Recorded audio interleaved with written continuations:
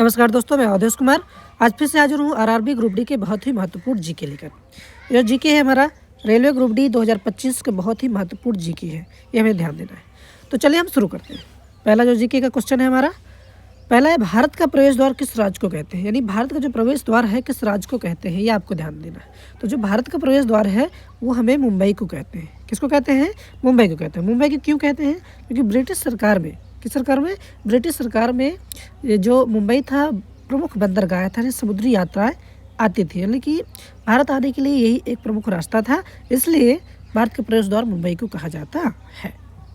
ठीक है, अगला क्वेश्चन, क्वेश्चन नंबर दूसरा है। क्वेश्चन नंबर दूसरे में क्या है? भारत में पहली रेल कब चली थी, ये आपको ध्यान देना है। भारत में पहली रेल कब चली थी? तो आपको पता होना चाहिए। भारत में पहली रेल चली थी 1853 में।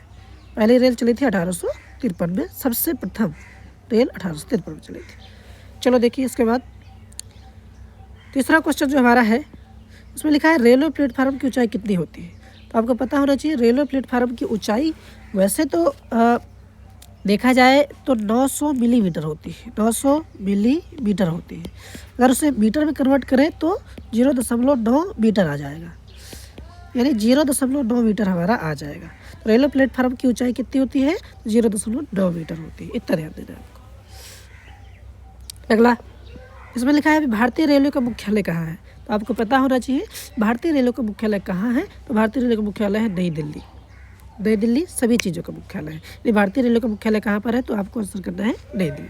ठीक है, इसके बाद लास्ट क्वेश्चन है कि मूत्र में पानी की मात्रा कितनी होती है। यदि मूत्र में, पेशाब में पानी की मात्रा कितनी होती है, तो पेशाब जो है पानी से ही बना होता है।